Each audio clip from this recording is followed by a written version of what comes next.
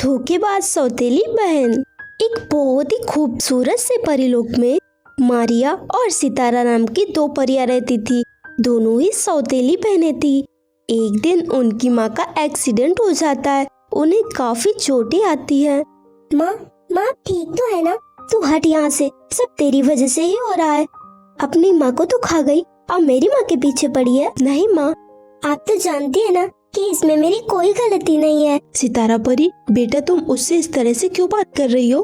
वो तो तुम्हारी छोटी बहन है ना, तुम्हें उसका ख्याल रखना होगा। फिर तुम आपका ये सपना कभी पूरा नहीं होगा, क्योंकि मैं हमेशा ही इससे नफरत करूंगी। और इसी तरह से एक दिन ज्यादा चोट लगने के कारण उसकी माँ की मौत हो जाती है।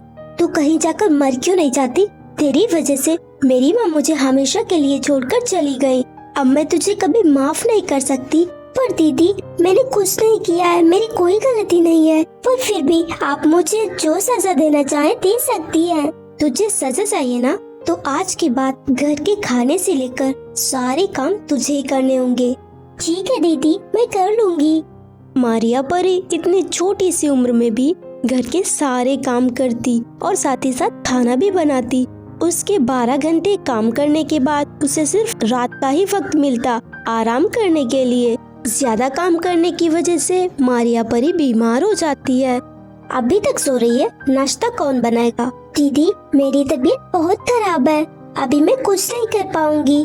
अच्छा, तो बहाने भी बनाने लग गई। चुपचाप से जाकर सारे काम कर। फिर मारिया परी बीमारी की हालत में भी घर के सारे काम करती है। फिर रात में जब सितारा परी सो रही थी तो उसे एक सपना आया। सपने में वह एक जादुई दुनिया में पहुंच चुकी थी और वह जगह बिल्कुल स्वर्ग जैसी थी। तभी उसे उसकी माँ दिखाई देती है।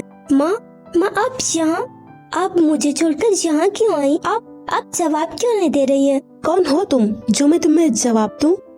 आप मुझसे इस तरह से क्यों बात कर रही हैं? मैंने तो तुमसे सिर्फ एक ही चीज मांगी थी, वो भी तुम पूरा नहीं कर पाई। तुम्हारी बहन इतनी छोटी होकर तुम मुझसे इतने सारे काम कराती हो। तुम एक दिन भी बता दो उसने तुम्हें परेशान किया हो। आज के बाद तुम मुझसे कभी बात मत करना। माँ प्लीज मुझे माफ कर दीजिए, मुझसे बहुत बड़ी गलती हो गई, पर आज के बाद मैं ऐसा कभी नहीं करूँगी। तभी अचानक सितारा परी की नींद खुल जाती है और उसे सपने का मतलब समझ आ जाता है। वह मारिया परी के पास जाती है और माफी मांगती है। उसे उसकी गलती का एहसास होता है। उस दिन से दोनों बहनें बिल्कुल सगी बहनों जैसे खुशी से रहने लगती हैं। सो फ्रेंड्स, अगर आपको ये कहानी अच्छी लगी हो तो वीडियो को लाइक कीजिए, चैनल को सब्सक्राइब कीजिए और हमें कमेंट करके जरूर बताएं कि आपको कहानी कैसी लगी। जादुई आग और घास के दो घर। किसी परीलोक में नायरा और माया नाम की परी अपनी सौतेली माँ के साथ रहती थी। दोनों के पिताजी की मृत्यु हो जाने के बाद उनकी सौतेली माँ उन पर बहुत ही ज्यादा अत्याचार करती थी। दोनों बहुत ही छोटी थी। स्कूल जाने के टाइम पर उनकी सौतेली माँ उनसे सारे काम कराया करती थी। क्यों नालायकों, अभी तक खाना क्यों नहीं बना? मैं कुछ देर के लिए बाहर क्या चली गई? तुम दोनों को तो जैसे आजादी मिल गई हो। क्या कर रही थी तुम दोनों? चोरी किया कुछ या फिर मुझसे बिना पूछे खाना खाया? मैंने तुम दोनों से कहा था बिना पूछे तुम दोनों खाना तक नहीं खा सकती हो। वो माँ, हमें भूख लगी थी और हमें लगा आपको आने में टाइम लगेगा, इसीलिए हमने थोड़ा सा खाना खा लिया। तो अब थोड़ी सी मार भी खा लो। इतना कहकर दोनों की सौतेली माँ दोनों की खूब पिटाई करती हैं। नायरा और माया परी दोनों ही अपनी जिंदगी से बहुत ही परेशान हो चुकी थी। अब हम क्या करेंगे? हमारी सौतेली माँ तो रोज हम पर कितना अत्याचार करती है। मैं तो कहती हूँ हमें इस घर से ही चले जाना चाहिए। नहीं, हम ऐसा नहीं कर सकते। हमारी सौतेली माँ हमें कहीं से भी ढूंढ कर निकालेंगी और फिर हमारे साथ कितना बुरा करेंगी। हमारे बस में कुछ भी नहीं है। चलो उस नदी के पास चलते हैं, एक वही जगह है जहाँ हमें सुकून मिलता है। दोनों उस नदी के पास बैठी हुई थी। मैं बहुत ही ज्यादा परेशान हो चुकी हूँ। मन तो करता है अभी इस नदी में कूदकर अपनी जान दे दूं। नहीं, तुम ये क्या कर रही हो? देखना, एक दिन भगवान सब ठीक करेंगे और हमारी सौतेली माँ हमसे प्यार भी करेंगी। काश सच में ऐसा हो।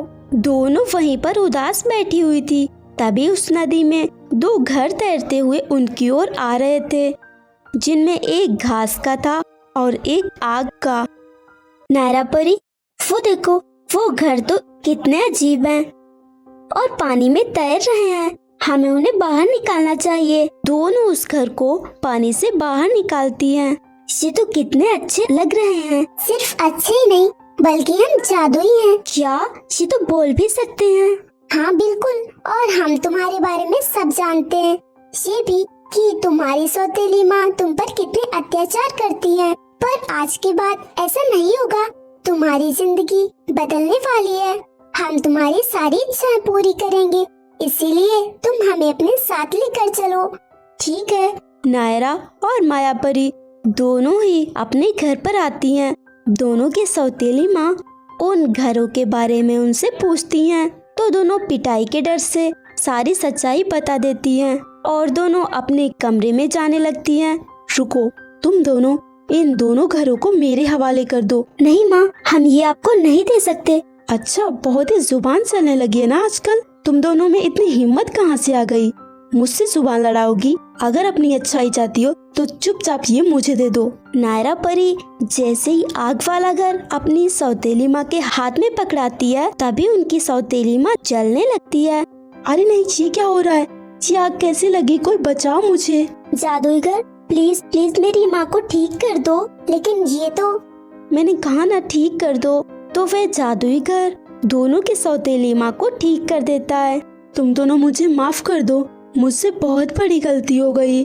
तुम्हारे मम्मी पापा की मौत के बाद जहाँ मुझे तुम्हारा ख्याल रखना चाहिए था, वहीं मैंने तुम पर अत्याचार किए। प्लीज मुझे माफ कर दो। पर आज के बाद मैं तुम दोनों से सगी माँ से भी बढ़कर प्यार करूंगी। उस दिन से दोनों की सौतेली माँ दोनों से बिल्कुल सगी बेटियों जैसा प्यार करने लगती हैं।